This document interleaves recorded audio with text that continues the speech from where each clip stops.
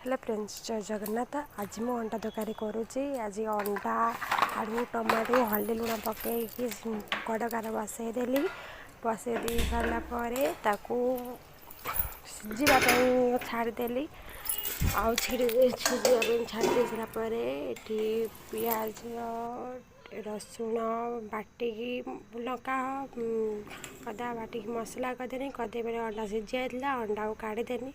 काढ़ी तेल छड़े देकी तेल पकईकी पियाज अंडा पकईदेनी। अंडा पकईदेकी अंडा भाजीदेनी। लुण हल्दी देकी भाजीदेनी।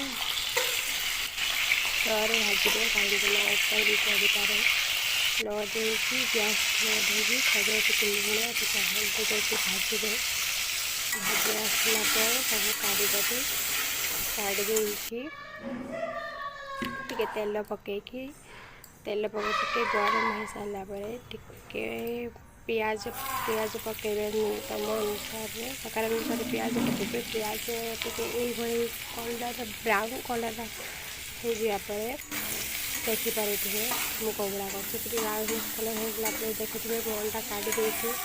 ब्राउन कलर हो सारापर बासन पकईबे। आपको मसला सब कर मसला पकई सारापर 2 मिनिट कषे कषि सारापर टमाटो पकईबे। टमाटो पकई पकई सारापर टे भलसे आउ टे कषिदेवे।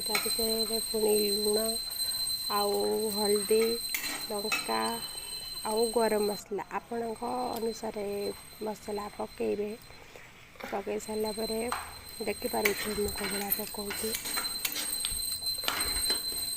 पकईदेले ना। पकई सारापर आलू जो कलर सिझे थी से सिझा आलू को काढ़ीदेनी कारण खराब पानी पड़ता ना। काढ़ीदेनी। काढ़ी सारापर कषा को अलग काढ़ीदेनी। काढ़ी सारापर कहीं से खराब पानी पड़ला खराब कला पानी ना अलग पानी पकईनी। पकई सारापर आलू को टे भल भाव कषिदेवे। 2-3 मिनिट कषिदेवे। कषि सारापर गोटे स्मेल आसला पानी पकईदेवे। पानी पकई सारापर अंडा पकईबे। कहीं अंडा पानी टे फुटी आसला अंडा पकईबे। कहीं अंडा पकईने जल्दी पकईदे सी हूँ भाजी आई ना से फुली जापे से फुटी आसला पकईबे। अंडा पकई सारापर गुड़े देकी थाली उजाड़ी देवे। आपको